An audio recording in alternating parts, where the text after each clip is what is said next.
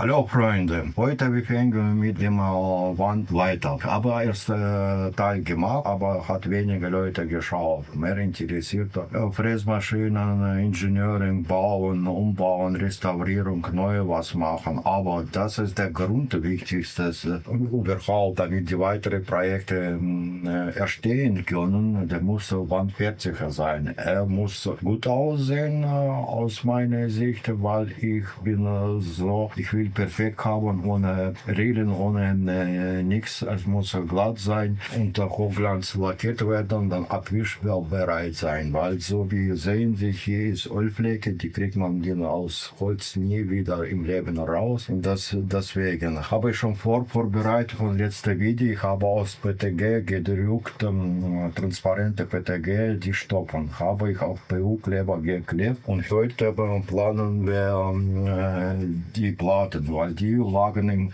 unter Kaputt über 3 Jahre draußen und das ist gequält, die Kante. So, da kann man nicht so einfach schieben. Das bedeutet, wir müssen erstmal Plan schleifen, alles. Das ist heute unsere Aufgabe. Und anschleifen alles und mit 2K lackieren, aber mit mehr Verdünnung, damit mehr rein kann im OSB. Damit wir haben Grundlage für weitere Bearbeitung, Spachteln und weitere Lackierungen. Wir nehmen erstmal Körnung. P60er. Mit dieser Bandschleifmaschine schleifen wir erstmal diese Stufen. Ich schleife die PTG-Stoffen vorsichtig Stück für Stück, sonst schmilzt der Kunststoff. Meine Taktik beim Druck: 0,4 mm Düse, aber 0,6 mm Linealbreite. So verschmilzt das Material absolut massiv und komplett hohlraumfrei. Zuerst hobel ich die Stufen zwischen den gequälten Platten mit dem Akkuhobel ab. Ich habe versucht, das auszuschleifen, aber das dauert viel zu lange. Das Hobeln war hier einfach die beste und schnellste Lösung. Ich nehme die P60er Körnung, das geht einfach schneller. Das ist meine Lieblingsmaschine. Eine reine Rotationsmaschine ohne Drehzahlregelung. Eine angebaute 150 mm Klettschleifteller von 3M. Aber ohne diese Absaughaube, die ich selbst konstruiert und gedrückt habe, wäre das Schleifen unmöglich. Viel zu viel Staub. Die Maschine schleift wie der Teufel. Eine schnellere Schleifmaschine habe ich in meiner ganzen Praxis noch nie gesehen. Die Fläche ist fertig geschliffen. Jetzt kommen nur noch die Ecken und Kanten dran. Jetzt schleifen wir mit der Maschine. Die Rutsche ist 5 mm hoch, P60er. Die schafft was. Der große feste Rutscher, den habe ich vor ungefähr 25 Jahren neu gekauft. 550 Watt und 12.000 Umdrehungen pro Minute. Das ist noch eine richtig kräftige Schwingschleifer. Damit kann man ordentlich viel wegnehmen. So, endlich haben wir die 3 Quadratmeter geschafft. Als erstes muss jetzt die ganze Staub gründlich abgeblasen werden, bevor es ans Lackieren geht. Jetzt habe ich den Lack dünn angemischt als sonst für Pinseln. Man nimmt dafür schnell trockene PKW 2K Klarlack.